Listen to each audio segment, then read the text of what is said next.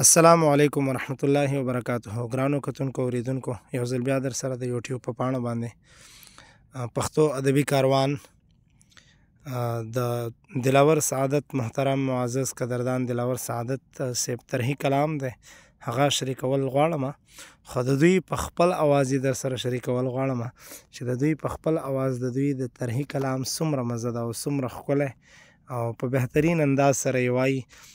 راځئ چې واورو چې څه وایي دلاور سعادت صاحب.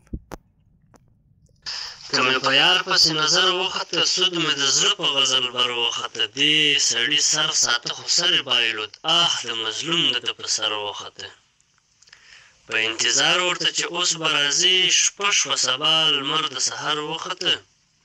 په داسې ښکلي مې و زړه بایللی، ما ویل د بر دی خو د لر وخته.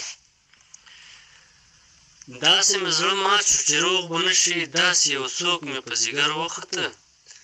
زما په تقدیر د خالق ماتې لیکو، څوک که همت مې پاس په غر وخته.